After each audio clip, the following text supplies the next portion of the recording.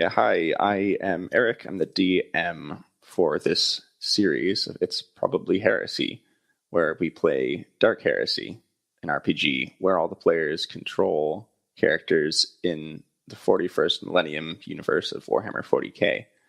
All the characters are agents of the Inquisition, which protects the Imperium of Man from threats within, without, and beyond. And these heroes will never be known by the general populace of the Imperium because their work is too sensitive for most people to know about. But without them, then the Imperium would surely fall.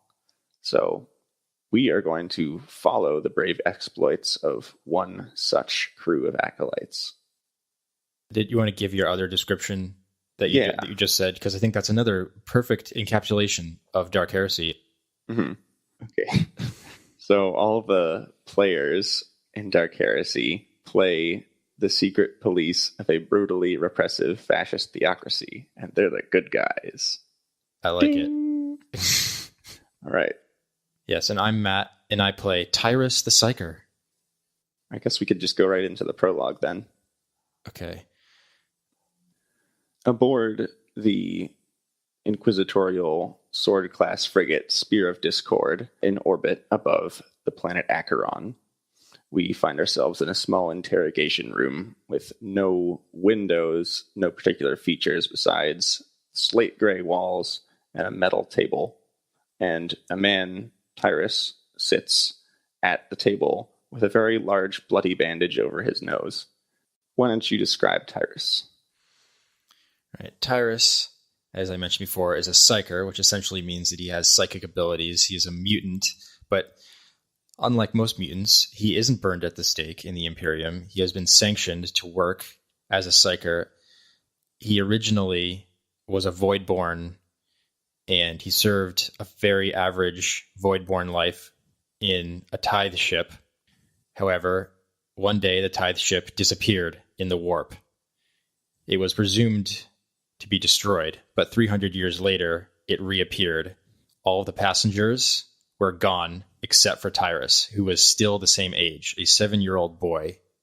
A black ship, a ship that rounds up Psykers, discovered the now re-emerged ship and realized that the young boy had psychic abilities. So they took him to Terra to be trained. And when I left Terra, I was immediately recruited or volunteered, whatever choice of word you wish. Volunteered in very heavy quote marks. Into service in the Inquisition. Appearance-wise, he's a fairly normal-looking man. The reason why the Inquisition was so interested in him is because, unlike a lot of other Psykers, he didn't require psychoconductive implants, so he could pass as a normal man. And Psykers generally are not trusted, so a Psyker that looked like a normal man is a very valuable thing to the Inquisition. Mm-hmm. He usually wears a long white coat. He doesn't really carry weapons because his mind is his biggest weapon. However, he does carry a forestaff with him. Mm-hmm. Okay, as he sits there, the door opens, and in walks a man very tall with a military-like bearing and a white coat with sort of a red mantle about the shoulders. He's Interrogator Rexler Salt, who is the interrogator for Inquisitor Greta Margolin. And he pulls up a second chair right in front of the desk, sits down right across from Tyruss, and pulls out a data slate with the Inquisition seal on the back of it, and flicks through it to find some relevant data files. Then clears his voice in a stern tone, sort of talks to Tyruss.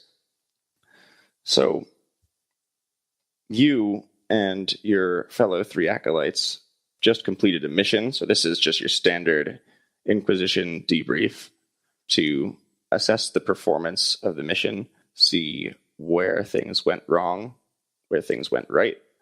This particular mission, there are some things that are still standing out as a little bit strange to me, so I just want to go over things with you. So over the course of the investigation, many xenos artifacts are confiscated from the planet from the faceless trade smuggling ring there. But there are a couple artifacts that are still unaccounted for, some xenos weaponry primarily. Now these, of course, are very, very dangerous in the wrong hands. Xeno artifacts invite corruption into the hearts of any honest Imperial citizen who happens to lay hands on them. So, we of course want to track all these things down. So, I would like to ask you, do you know what happened to the rest of those? Well, Interrogator, I have my theories. Unfortunately, though, I don't have a solid answer. Well, I have to question your competence, then. You had a pretty thorough cargo manifest of all the items, and just couldn't find the remaining ones. They just disappeared. Yes, Interrogator. There is an explanation I can give, and I can assure you that myself and my fellow Acolytes are worthy of carrying on the work of the Inquisition. If you will allow me, I will go over the report with you in full detail, and I assure you that by the end you will have a worthy explanation. Very well. He sort of scowls at you a bit and flicks through a couple more items on his data slate before pulling up some personnel records. So, just to review your fellow acolytes on this mission, Ketho Rolkine of the nobility from Scintilla, the sector capital, says here, man in his mid-50s. He was a prominent figure in the security of his house back home before his sibling was murdered, and the murderer fled off-planet. And this man, Ketho, he deserted his post to go chase after this person. And before he could get too far gone, he was picked up by your Inquisitor and actually offered a slightly different tracking assignment. So what do you have to say about this fella? Well, I don't know much about Ketho's past, but I do know he's got money, he's got connections, but perhaps even more valuable than that, he is an expert of social engineering. It says here that he has a very impressive win rate in regicide games. That is in the report, Interrogator? It was actually very specifically told to me by Ketho on a couple occasions, actually. Tyruss looks down. On his belt, he carries a travel-sized regicide kit that folds in half, and the wood on the board is made from trees on a now dead planet, and the pieces are made out of high-quality adamantium. And he looks back to the Interrogator and says, look, I don't know what he told you, but I'm pretty good at this. Oh. Your fellow acolyte seems to think differently. Look, Interrogator, I don't really see how this is relevant to the case, or to your quandary as to the missing Xenos artifacts. It's not, I just like seeing you squirm. Okay, next acolyte, Martin. He was a tech priest serving in an explorer fleet, originally a native of a feral world, I believe Iocanthos, but he was picked up by the explorer fleet at one point, and then joined the Mechanicus, and received all the implants required to become a tech priest who keeps all the machinery in the Imperium running. Says here he has extensive biological knowledge as well as technical expertise, and trained as a surgeon for several years with the Mechanicus. Quite a talented medical and scientific officer with a very broad base of knowledge. What do you have to say about him? Yes, I haven't actually known very many tech priests in my life. They're a reclusive bunch, but I must say I do admire the man. He's a very cold man, but also a very logical one. He gets the job done. Despite the fact that he's more metal than flesh, I'm surprised at how knowledgeable he is of the flesh. And he seems to have a worrying enthusiasm for replacing organic parts with metallic ones. Tyruss lifts up his left arm, which is actually a mechanical arm, because in a previous investigation, his arm was blown off by a bolter. And he says, well, it is a little disturbing, but sometimes when duty calls and we must sacrifice our weak flesh in the line of duty, I would have no other man with me, lest I be limbless. Now, does that same sentiment extend to your colleague Zarkov, the ex-Arbites operative who carried out assassination missions alongside the Adeptus Arbites law enforcement on the planet Malfi, which is a twisting hive city known for its relentless corruption? Quite a skilled combatant, if not much in the way of a talker. Our interview was very short. He wouldn't really say much of anything. You know, it is rather unconventional to put an Untouchable and a Psyker in the same Acolyte cell. How do you two get along? Well, if I had my way, he would have stayed on Malfi. Yes, I will not deny the fighting prowess of Zarkov, but as you mentioned, he is an Untouchable, a soulless, and to have such a void, a hole in the universe within spitting distance of myself, I don't know if the Inquisition will reimburse me for all of the headache meds I've had to take over the last couple of months, but They won't. Interrogator, don't you think it would help the morale?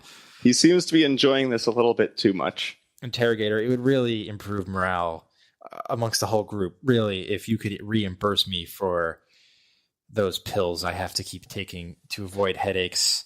I've nearly vomited multiple times in public with this man.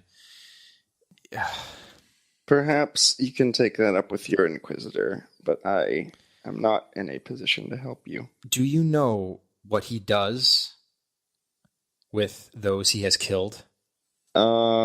He says he keeps a book of mementos.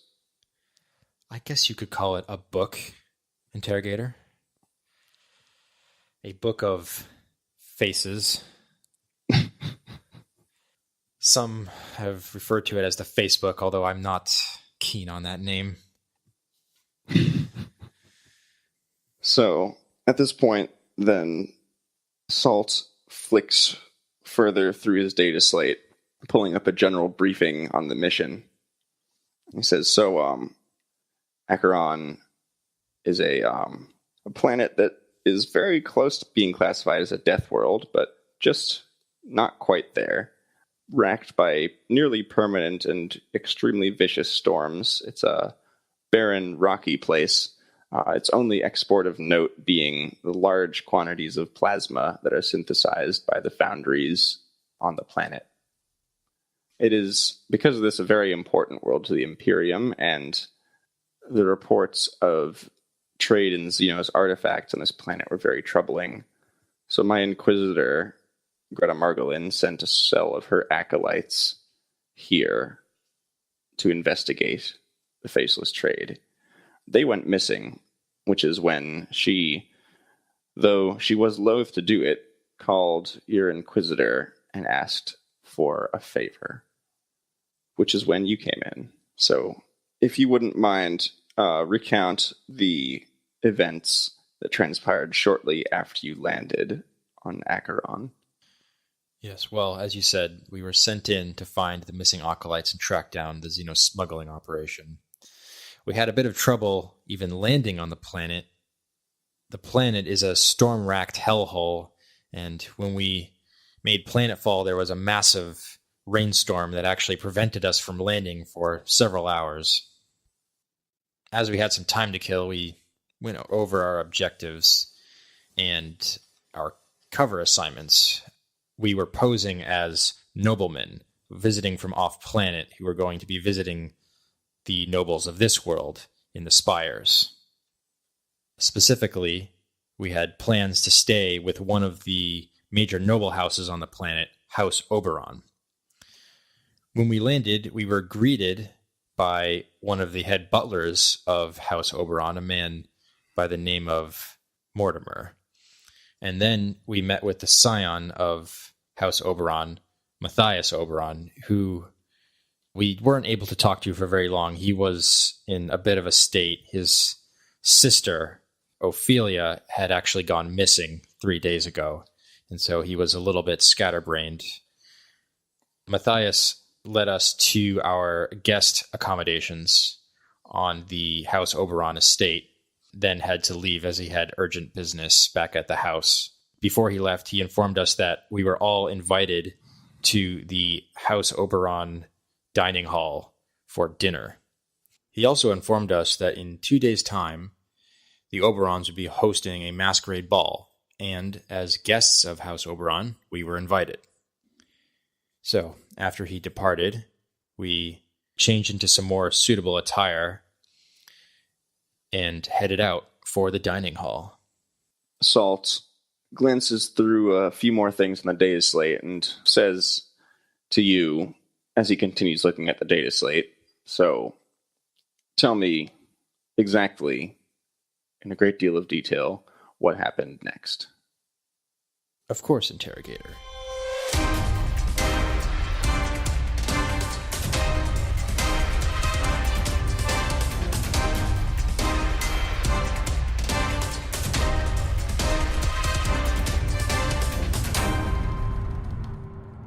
You finish your day's meanderings.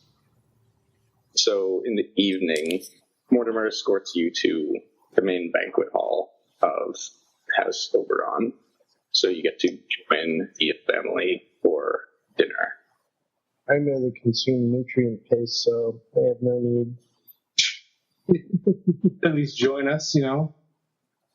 I'll just end up solid at the dinner table, and that's rude. Also, how does society look upon a force staff? It's pretty clear that you're the Psyker. People are careful not to, bump your elbows at dinner. Yeah, bump them at the dinner table, perils of the warp. Man, I want to eat that chicken, but a bloodletter ate it instead. Who's just sitting at the table? He looks at all the nobles and very clearly puts his elbows on the table. What are you going to do about it, huh? No manners. Zarkov silently sweats to himself as social interaction he fears more than battle. Well, Ketho's hungry, so he'll go to dinner because he doesn't fear talking to somebody. Who else is going?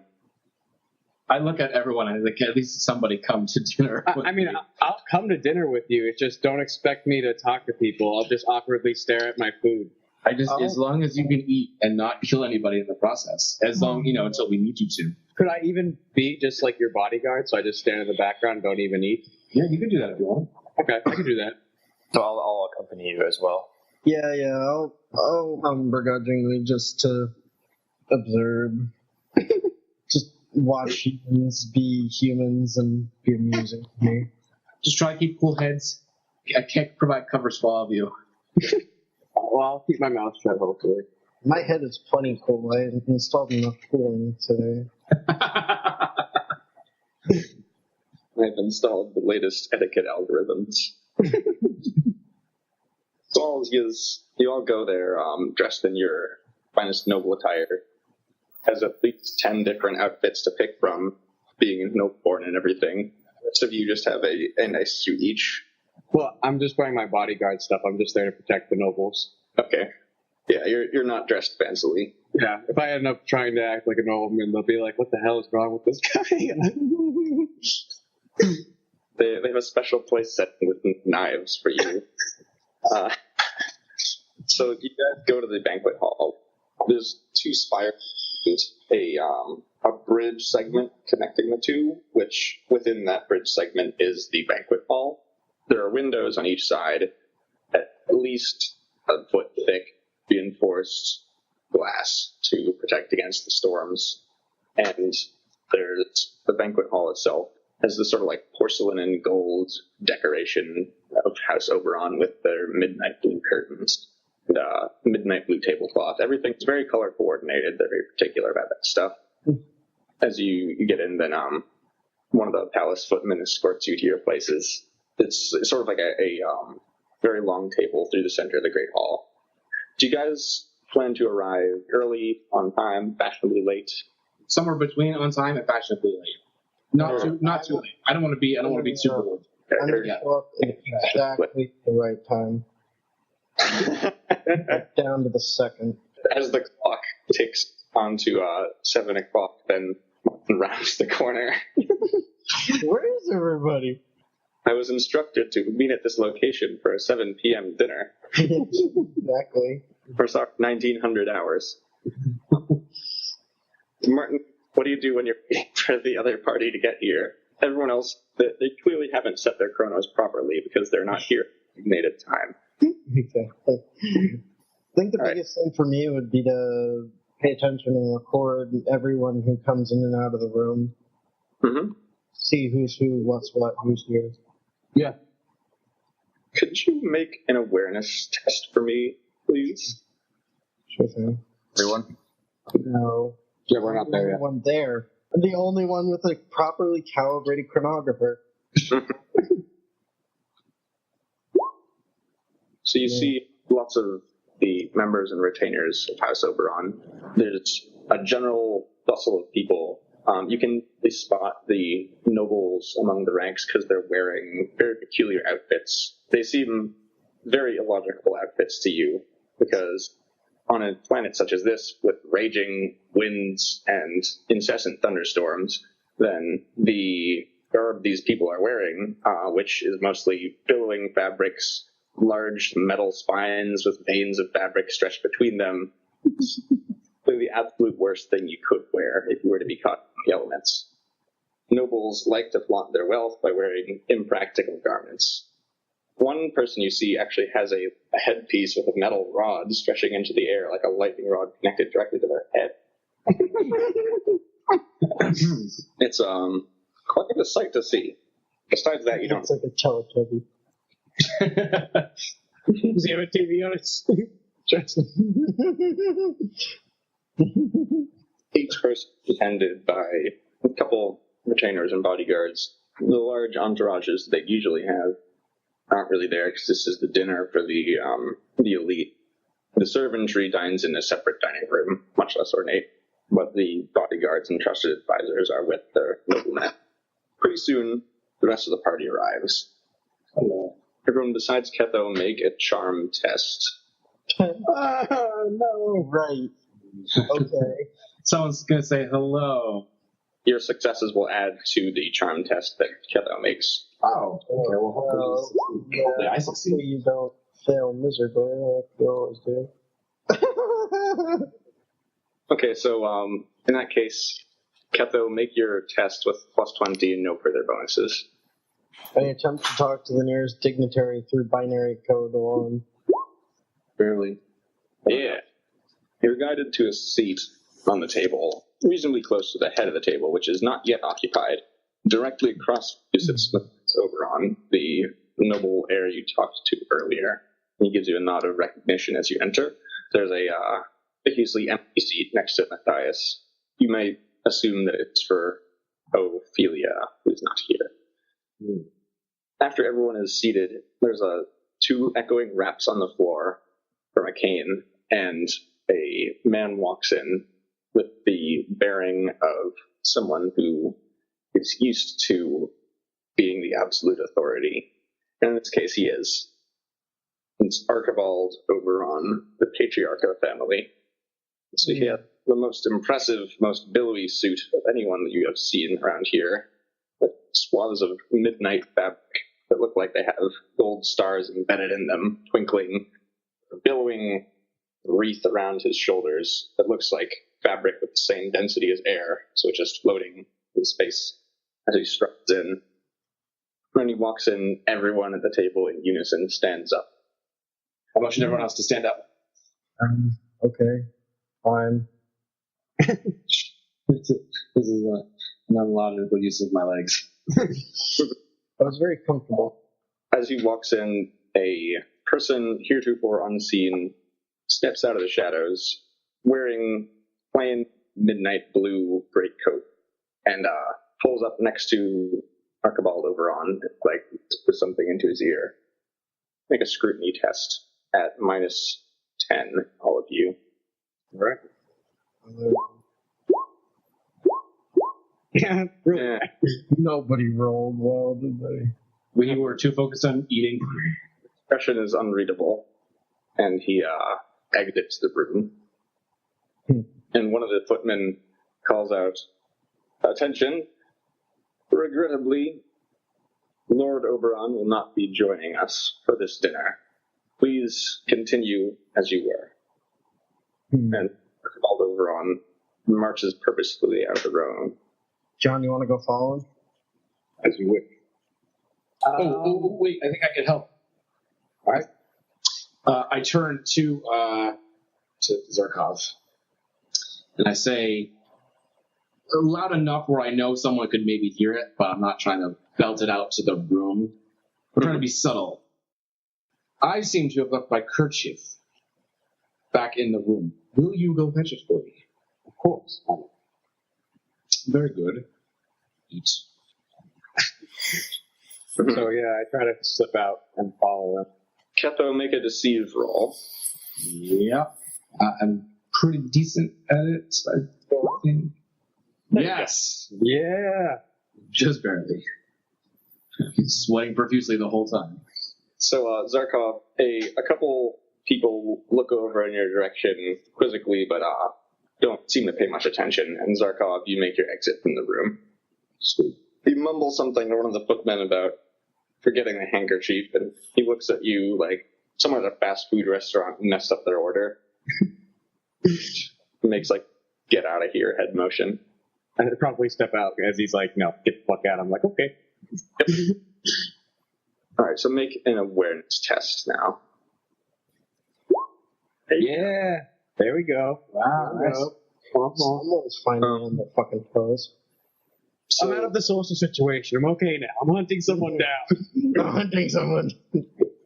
As you get out of here, you look around. There's a surprising number of people in the hallway, mostly servants, scurrying around with silver platters of food, that sort of thing. But you catch a glimpse of Archibald Oberon's coattails disappearing around one of the corners ahead.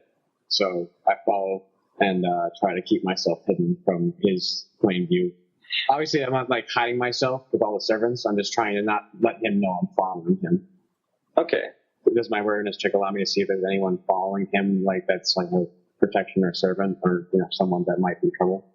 You see one person dressed in servant's clothes with a bit of a different posture. Most of the servants are very like straight-backed butler posture. This person is sort of more hunched posture, more typical of the main Hive worlders you're used to seeing in your Arbides duties. And he's walking against the traffic of most of the servants, going in the same general direction as Archibald Oberon.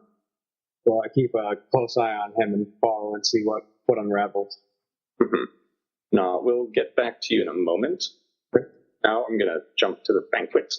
So now that you're here at the banquet, the food courses come. It's a elaborate 5-course meal. The appetizers are brought out now. The meats of various creatures imported from off-world, exorbitantly expensive by all likelihood. The food is quite good, but it's a little bit stale. Everyone seems to be enjoying it heartily, though. Well, I'm not going to complain and send it back and cause a fuss. That's interesting to know. It's stale? Yeah.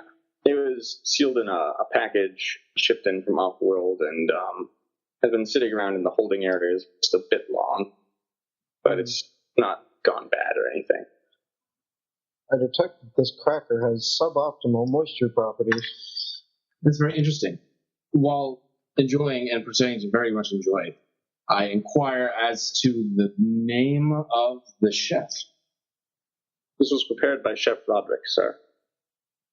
Oh, well, I just want to send him my compliments. I think my comrade, though, he has a particular interest in analyzing, I lean in, overanalyzing some of the food he eats. He's sort of trying to keep a journal of food he consumes to decide what actually chemically makes good food as compared to bad food.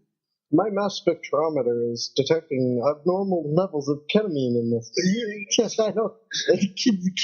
So I'm saying, if there was an opportunity, he would love to have a tour of the kitchens. I would too. I would love to meet Chef Roderick myself. Well, Chef Roderick is a busy man, but after the meal, I could escort the master.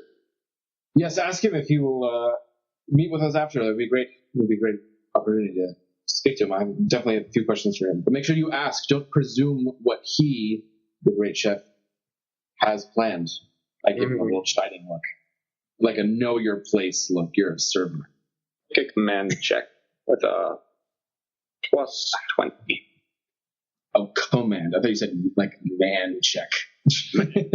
Yeah, command. I would make a man check. Commands, come on. Yeah. Got it. Yeah. The servant nods his head, says, well, very well. I will arrange that at once. Fantastic. And I go back to eating food. Hey, tipping. Oh, yeah, that's a good idea. I take out a few coins and I slip him a few. He smiles a very slight smile and nods appreciatively before stepping briskly around the table to another noble who's inquiring after the properties of the Amasek that's being served. At this point, back to Zarkov. You're killing both of these fellows, Archibald, Oberon, and this mystery servant who's behaving strangely. Yeah, obviously I don't have any ill will towards Archibald right now, as far as I know. Just interested in why he left, and if this stranger is a threat or a friend. Obviously, I'm just going for my master's handkerchief. Yeah. You better get it, too. I need it. If I don't have it by the end of this meal, how else am I going to dab my face? It's going to be embarrassing. It's going to be... I'm going to have to use a regular napkin. You're going to have to apologize to Oberon. You know, that must have been why he left. He turned around because he saw you weren't properly outfitted. We can't make a mistake like this again. So, does anything interesting happen while I'm following him in the crowd, or is the crowd dispersed? Archibald and the other person are both going the same way. Archibald is not looking back at all, sort of stepping purposefully that way. Everyone parts instinctively as he strides through the crowd. The other servant-dressed man has to squeeze through the crowd. Excuse me, pardon me, and has to wade through. You, as a born and bred Hive worlder, have no problem negotiating through the crowd. Both Archibald and the other fellow take an abrupt turn through a side passageway. Make a navigate surface check with your plus 20 bonus for being a Hive worlder. Oh, right on the dot. Wow. There's a complicated turn of passageways and a trip down a spiral staircase later. You manage to keep track of them. They do a elaborate switchback through some corridors, but you keep on their tail. Also make a stealth check. Oh, I'm going to have to spend a fate point on that or whatever. Yeah, that's not good. What? Oh. Fortunately for you, everyone else failed their awareness tests, so Yes. you make a bit of a stumble and run into a guardrail on your way down. But the other doing with such purpose they don't notice. Almost fall over the guardrail. The people enter an arboretum area with like an enclosed sphere, essentially, of glass within the building itself that has a wide variety of tropical plants within. Do you want to follow them in? Yes. Does it appear that... Crap, I forgot his name. The guy I'm originally calling with the wispy cloak. Mr. Oberon, dude. Yeah, the patriarch of House Oberon. Is he aware that this other guy is following him, or does he appear to even notice him? He doesn't appear to notice him. Is there any way I can tell if he's menacing at all, or like armed? Make a scrutiny roll. Woo! Yeah. The following person seems more anxious than menacing. Anxious than menacing. Yeah, I followed him in and I tried to not be seen when entering. As they enter the Arboretum, the Archibald turns the corner. So does the other one. He's up behind a tree and see Archibald is staring out at the vista of the trees, and the other person sidles up next to him. They both sort of look off into the distance, but you can see their lips moving as they speak to each other. Can I move closer to here? Yes, that will require another stealth roll. May the Emperor guide my steps. I'll give you a plus 10 because of the abundant foliage as cover. 1! Nailed it. They did not roll well enough to see that.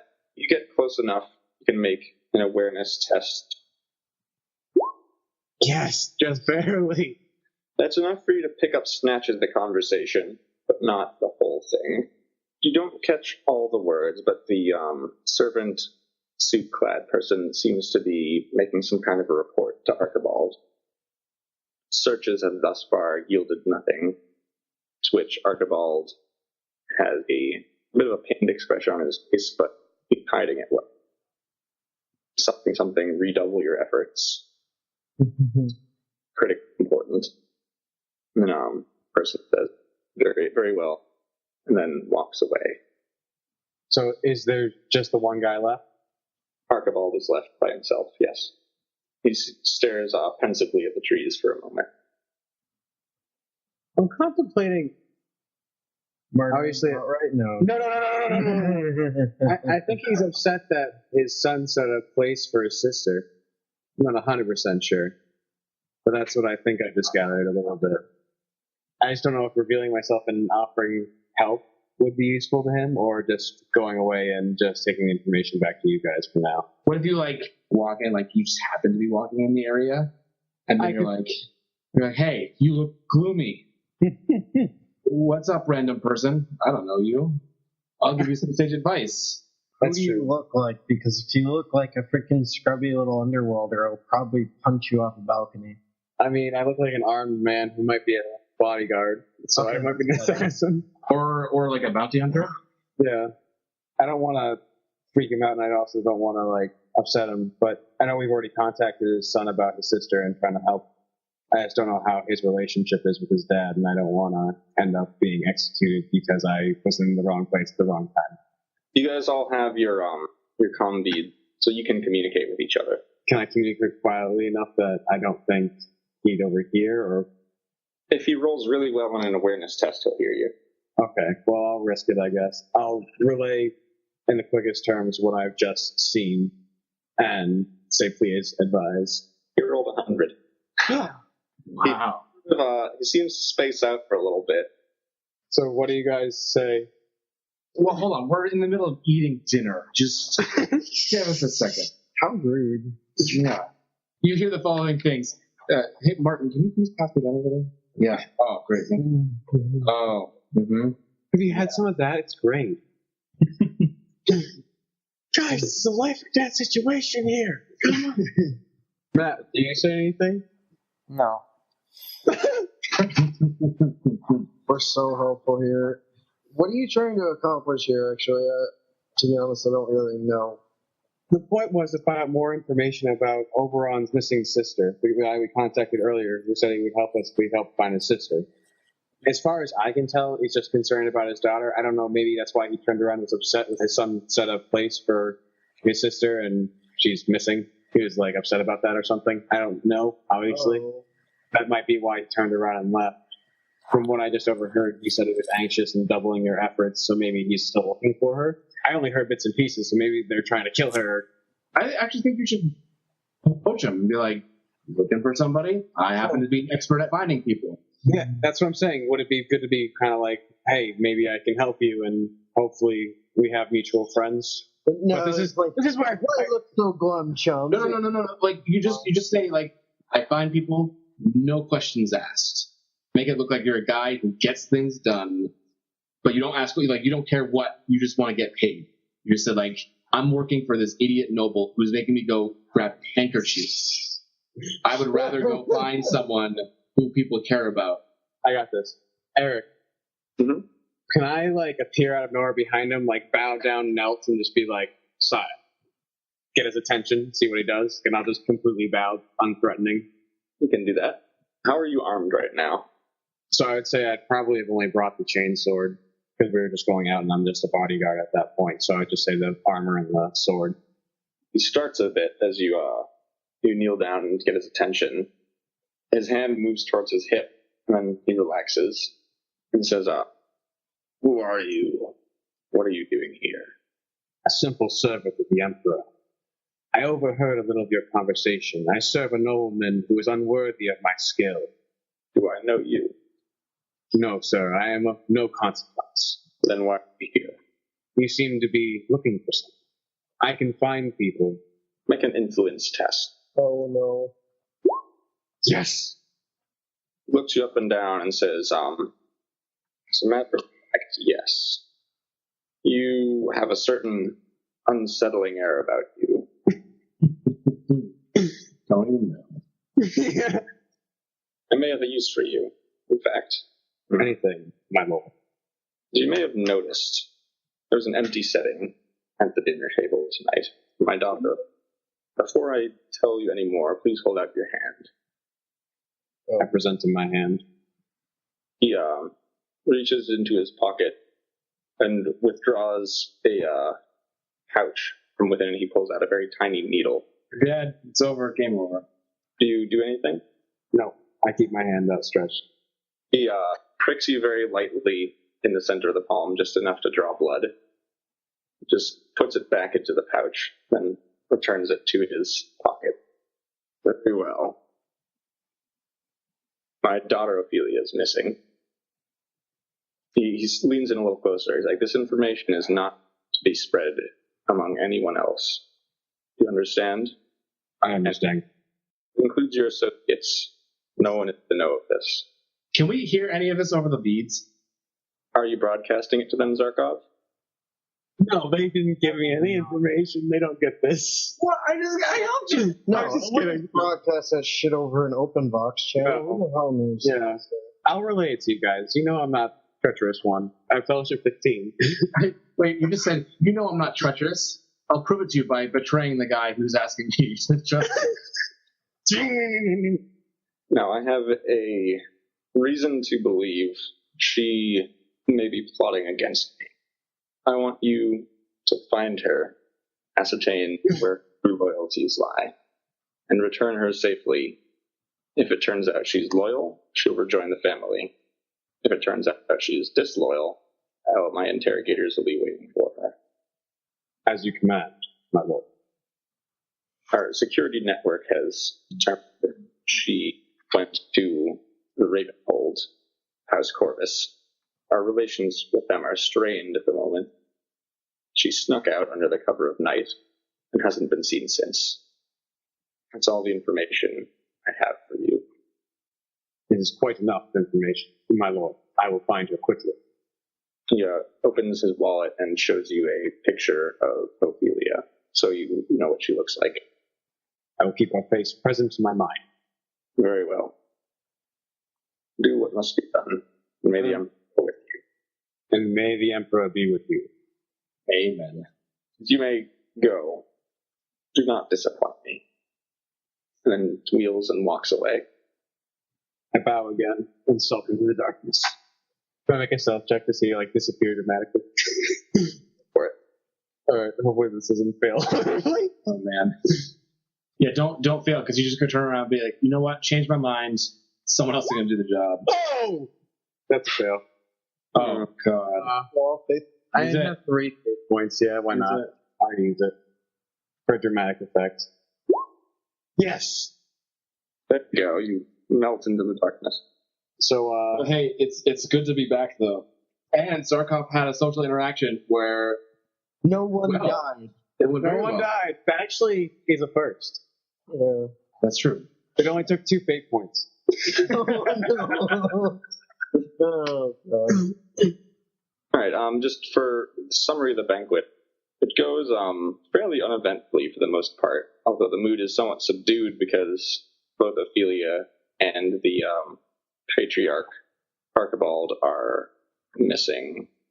Why don't you all make inquiry rolls while you're here? But all of you chat with the other people around and get sort of more acquaintance with the other people around you. You learn a couple extra things. You learn that houses Oberon and Marin, up until recently, fairly unfriendly with each other, but relations are bettering recently, to the point where they can almost be considered friendly, as far as houses ever get friendly with other noble houses. It's the backstabbing and conspirating.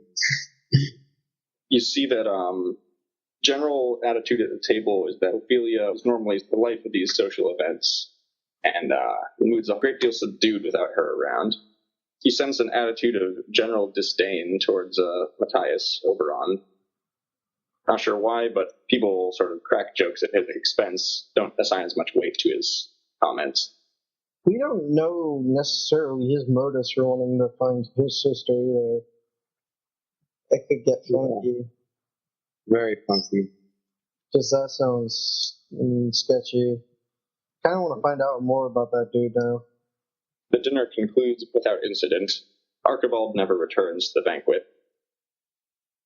Zarkov, to get a handkerchief and come back eventually? Yeah, I guess so. I sprint back to my master with a handkerchief in hand. I am a good servant. Probably had enough extra handkerchiefs that you could get one. I take it from you briskly. I'm like, it's about time. I bow and apologize. I'm sorry, my lord. We'll speak about this later. Yes, and so with that, dinner concludes. Footman says, the masters of House Oberon, thank you for attending. So I'm not get an audience with Chef Roderick? Yes, you will get an audience with Chef Roderick. We'll do that next time. Did you arrange an audience with you and Martin and Chef Roderick?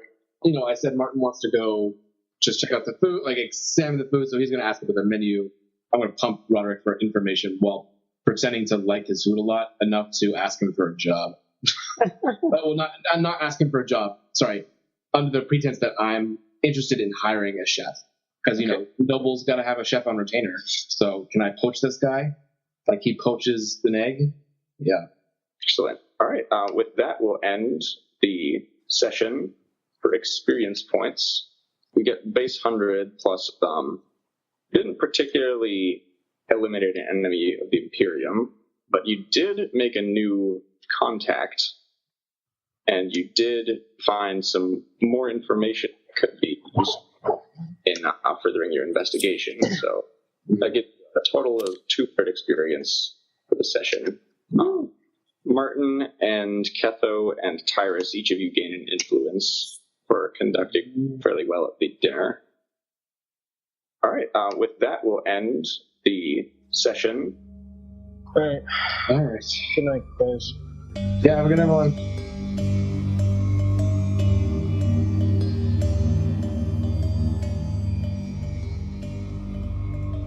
Thanks for listening to the show. You can find us online at itsprobablyheresy.wordpress.com. And if you see anything heretical, you can contact the Acolytes at itsprobablyheresy@gmail.com.